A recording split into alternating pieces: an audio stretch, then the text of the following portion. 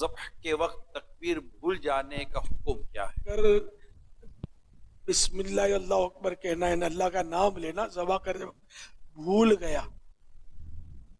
تب بھی قربانی یا حلال کا تعلق ہے، جانور حلال ہو جائے گا۔ ہاں، جان بوجھ کر اگر اللہ کا نام ترک کیا، یعنی بسم اللہ اللہ اکبر نہیں کہا مثلا، تو اب یہ کہ اللہ کا نام جان بوجھ کر چھوڑا تو وہ جانور حرام ہو جائے گا۔ اور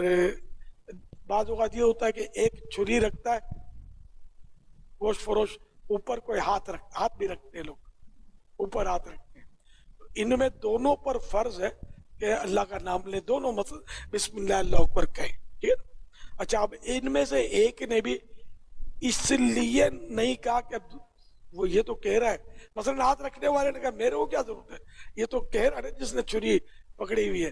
تو اب یہ کہ اس نے چونکہ اس لیے جان بوجھ کر سے چھوڑا نا اللہ کا نام، تو اب یہ جانور حرام ہو جائے گا،